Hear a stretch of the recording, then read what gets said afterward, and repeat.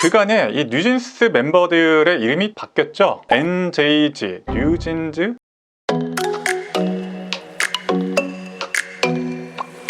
네, 안녕하세요. 현변입니다. 오늘은 전지적 변호사 시점 뉴진스 이야기를 해보려고 합니다. 뉴진스와 소속사 어도어 간의 가처분 신문기일이 3월 7일 서울중앙지방법원에서 열렸습니다. 가처분 신문기일과 관련된 절차적인 부분 설명드릴 거고요. 주목해볼 만한 부분들 설명 좀 드릴 거고요. 마지막으로 쟁점이 될 만한 또는 쟁점이었나 싶은 그런 부분들을 제가 정리 좀 해드리려고 해요. 가처분 신문기일이라는 거는 고난을 신청했을 때 그에 앞서서 급박한 필요가 있을 때 가처분을 신청을 하게 되고요. 가처분의 경우에는 일반적인 본안 사건과 달리 급박한 필요성이 있는지 그 신청이 타당한지 여부에 대해서 신문기일을 열어보게 됩니다. 변론기일과 약간 좀 차별화될 수 있는 부분은요, 일반적인 경우 변론기일에서는 서면을 미리 제출하고 그 제출된 서면을 간단하게 진술만 하는 것에 비해서 이 가처분 신청에서 신문기일의 경우에는 신문을 해요. 진짜 신문이라는 게 묻고 답하는 건데 본안에 앞서서 한정된 자료로 판단을 좀 해야 되다 보니까 판사님이 많이 좀 묻고 답하는 경우가 좀 많이 있습니다. 그렇기 때문에 이 경우는 변론기일이 아니고 신문기일로 진행이 좀 되고요. 변호사들 입장에서는 부대끼는 날이 될 수가 있어요. 일반적인 변론기일의 경우에는 내가 준비했던 자료들을 미리 좀 제출한 다음에 그것을 진술하는 그런 절차만 거치면 되는데, 신문기일의 경우에는 판사님이 내가 예상하지 못한 질문을 툭툭 던질 수도 있고 상대편 측에서도 내가 예상하지 못했던 답변이나 갑작스럽게 해오는 경우가 있기 때문에 대비를 좀 해서 즉각적인 대응을 해야 되고 임기응변도 필요한 게 이 가처분 신문기일이라고 볼 수가 있어요. 저희 뉴진스와 어도어 사이에 이 신문기일도 3월 7일날 진행이 됐고요. 이날 좀 독특하다고 느낄 만한 부분이 가처분 신청 신문기일에 양쪽 당사자들이 모두 나왔어요. 어도어 측에서는 대표가 나왔고요. 뉴진스 멤버 측에서는 이 멤버들이 모두 나왔습니다. 사실 일반적인 민사 변론기일에서는 이렇게 당사자분들이 다 나올 필요성까지는 없고 변호사들끼리 나가지고 법률적인 쟁점을 다투고 법률적인 진술과 답변을 하는 것으로 충분하고 오히려 그게 더 유리할 때가 많이 있어요. 그런데 이 가처분 신문기일은 특징적인 부분이 있죠. 아주 촉박하게 진행이 되면서 또 당사자들도 급박하게 좀 답변을 해야 되는 경우도 있고요. 이 판사님들도 당사자들에게 즉각적으로 묻고 답하는 경우가 굉장히 많이 있습니다. 본안의 변론기일과 좀 다르게 당사자들이 꼭 나오는 것이 좀 유리한 경우가 좀 많아요. 당사자가 나오고 안 나오고에 따라 가지고 대응 방식이나 이런 게 좀 많이 달라질 수가 있기 때문에 나오는 것이 일반적으로는 상당히 좀 유리한 경우가 있다. 그래서 이날의 경우에도 당사자들이 모두 총출동했다고 보시면 될 것 같아요.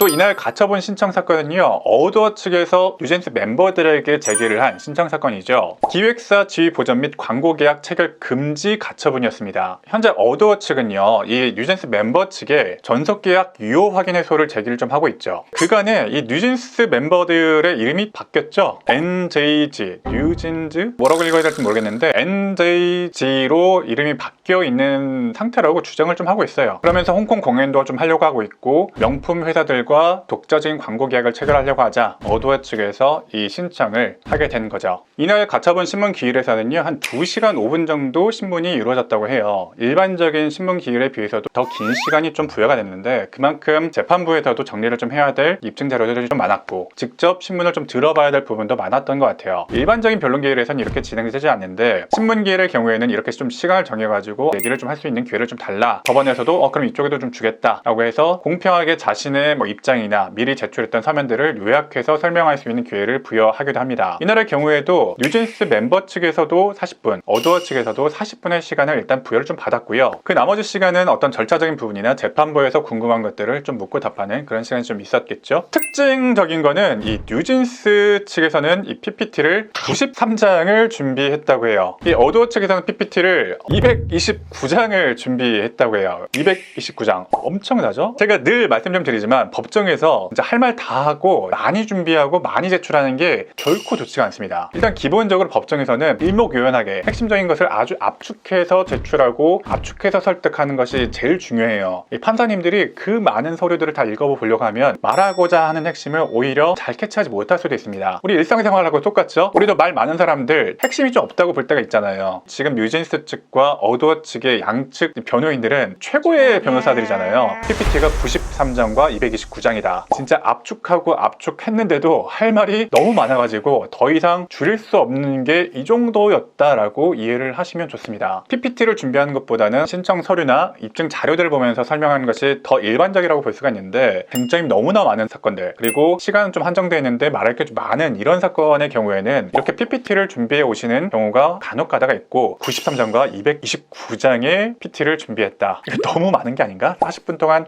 다 말을 할 수가 있나 싶기도 한데, 할 말이 너무 많은 거죠.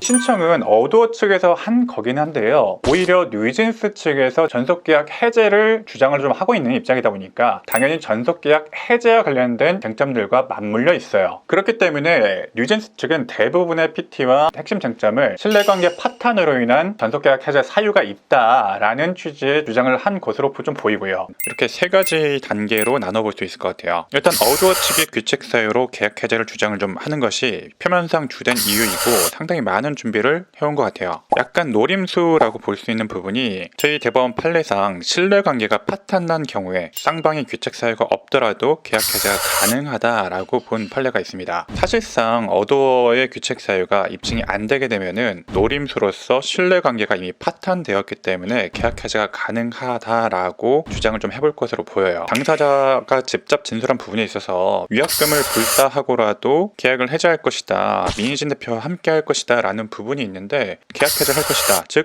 뉴진스 측의 유책 사유가 있음이 좀 확인되고, 또 그로 인해서 위약금을 물게 되더라도 어도어와는 계속할 수가 없다. 그러니까 이 가처분 신청을 기각을 좀 해달라. 반대로 어도어 측에서는 뉴진스가 준비한 근거에 대해서 반박하는 형태로 신문기일이 진행이 됐습니다. 어도어 측의 전략은 이제 명확해졌죠. 계약을 지키려는 거예요. 멤버들과 계속해서 신뢰관계가 유지되고 있다, 계약관계가 유지되고 있다라는 것을 주장을 좀 하고 싶은 거고, 지금 이 가처분의 목적이 활동의 제약이 아니라 계약을 지키면서 활동을 함께 하고 싶은 거다라는 것에 초점을 맞춘 것 같아요. 반대로 이 뉴진스 측에서는 어도어의 가처분은 뉴진스의 활동을 차단하고자 하는 거고, 목적 자체가 뉴진스 멤버들을 압박하려는 거다, 활동을 전면 차단하려는 거다, 이런 쪽으로 초점을 잡은 것 같습니다. 결국 가장 큰 쟁점은 신뢰관계가 파탄되었는지, 또 규책 사유가 누구에게 있는지에 대한 판단 여부에 따라서 이 소송이 앞으로 어떤 방향으로 갈 것이냐가 결정되어지게 됩니다. 사실 규책 사유나 어떤 책임 소재와 관련된 부분에 대해서는 제가 지난 영상들에서 많이 설명을 좀 드린 부분이 있는데, 뉴진스가 우리나라 그룹 중에서도 정말 손에 꼽을 정도로 글로벌 빅히트를 한 아이돌 그룹이기 때문에 210억 원 가까운 그런 엄청난 돈을 투입해서 매출을 엄청나게 내고 있는 그런 아이돌 그룹으로 성장을 시켰는데, 채무 불이행이다? 납득하기 좀 어려운 부분이 좀 있고요. 가장 중요한 핵심적인 채무가 이 부분이기 때문에 이 부분에 대해서 두고 나머지 부분으로만 어떻게 채무 불이행을 입증한다는 것이 상당히 쉽지 않을 것이다. 뉴진스 멤버 측에서 상당히 그거를 입증하는 것이 어려울 것이다 라고 저는 분석한 바가 있습니다. 현재도 사실 그 생각이 그대로 유지되고 있어요. 그러면서 만약에 뉴진스 측에서 아껴둔 마지막 히든 카드, 반전의 카드가 있다면 모두 다 나올 거라고 생각했어요. 누가 뭐 뺨을 맞는 정도의 그런 반대 증거가 툭 튀어나오는 게 아닌 이상 어도어의 채무 불이행은 인정되기 어렵고, 반대로 뉴진스 멤버들이 지금 현재 자기들의 해야 될 것을 안 하고 있죠. 이것은 이행 거절이라고 볼 수 있는데, 이행 거절은 명확하기 때문에 뉴진스 멤버 측에 대단히 불리한 신청이 될 것이라고 생각했고, 정말 반전 카드가 없는 이상은 어려울 것이다 라고 좀 생각을 좀 했는데요, 어도어 측에서 신청을 한 사건이기 때문에 기본적으로 신청을 한 쪽에서 입증을 좀 해야 될 게 많습니다. 이 가처분이라는 게 이 본안에 앞서가지고 활동 자체를 차단을 좀 하는 거기 때문에 판사들 입장에서도 생각해 볼 여지가 좀 많이 있는 그런 신청 사건이긴 하지만, 기본적인 논거가 이 계약 해제가 유효할까 아닐까가 맞닿아 있기 때문에 그것에 대해서 필연적으로 어느 정도 판단을 할 수밖에 없을 텐데, 여전히 전속계약이 해제될 만한 책 사유가 어도어 측에 있을까? 저는 그렇게 입증이 안 됐다고 좀 보고 있는 입장이고요. 그래서 뉴진스 측에서 상당히 좀 공격적으로 입증을 좀 했었어야 될 것이다 라고 좀 생각을 했습니다. 그런데 오히려 신문기일에 나왔던 쟁점들을 좀 보면요, 뉴진스가 기존에 주장을 했던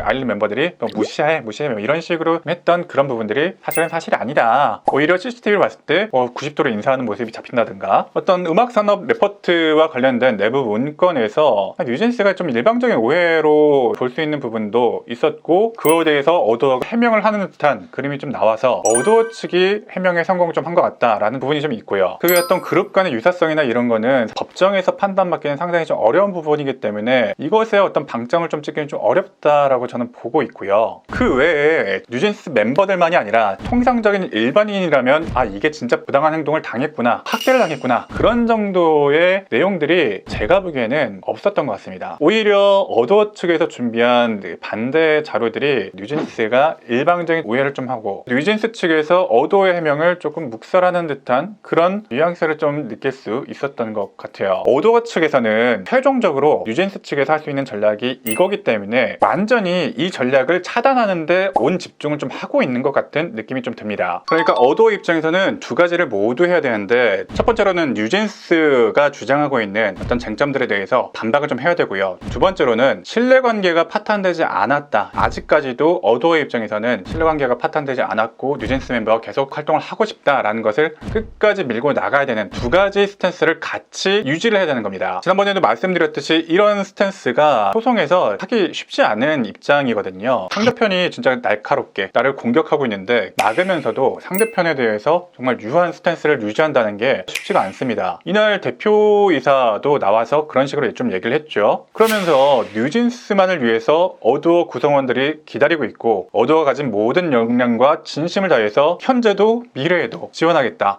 이렇게 진짜 읍소를 좀 하고 갔는데, 두 번째 쟁점을 위한 아주 중요한 스탠스였고 이 진술이 굉장히 중요한 내용이었다고 생각합니다. 이에 반해서 이 뉴진스 멤버 측의 진술은 최후까지도 이 민희진 대표와 함께하는 것이 본인들의 목적이고 본인들이 어도어를 나오겠다고 하는 가장 중요한 이유라고 계속해서 밝히고 있습니다. 양날의 검이라고 좀 볼 수가 있는 게, 민희진 대표가 표직을 잃으면서 신뢰관계가 파탄되었다는 주장이면서 어떤 근거가 될 수도 있는데, 반대로 어떻게 보기에 따라서는 뉴진스가 어도어와의 계약을 민희진 대표 때문에 깨려고 하고 있구나, 이런 것이 추측돼버리는 그런 좀 양날의 검 같은 느낌이 있거든요. 이렇게 보게 되면 이 뉴진스 측에서 민희진 대표와 같이 하고 싶은 그런 목적성을 가지고 어도어와의 계약을 깨기 위해서 그런 빌미들을 좀 만들고 있었던 게 아닌가라는 그런 의심을 할 수밖에 없기 때문에 이게 어떤 방식으로 작용할지는 상당히 걱정이 좀 되는 부분입니다. 자, 오늘 내용 정리하면요, 이 가처분 신문 기일이 굉장히 치열하게 좀 진행이 좀 되었고요. 제가 예상하기로는 뉴진스 멤버 측에서 상당히 결정적인 증거를 갖고 나와야 될 것 같다라고 예상을 좀 했는데, 생각보다 뉴진스 멤버 측에서 준비를 좀 해왔던 내용들이 예상 범위를 벗어나질 좀 않았고, 오히려 어도어 측에서 해명하는 내용들이 납득이 좀 가는 그런 그림이 아니었나 라는 생각이 좀 듭니다. 물론 이 가처분 신청이 본안에 앞서서 어도어 측에서 활동을 전면적으로 좀 금지해달라고 하는 그런 조금 도전적인 가처분 신청이기 때문에 상당히 좀 난이도가 있겠습니다만은, 이 가처분 신청이 인용만 된다면 어도어 측에서는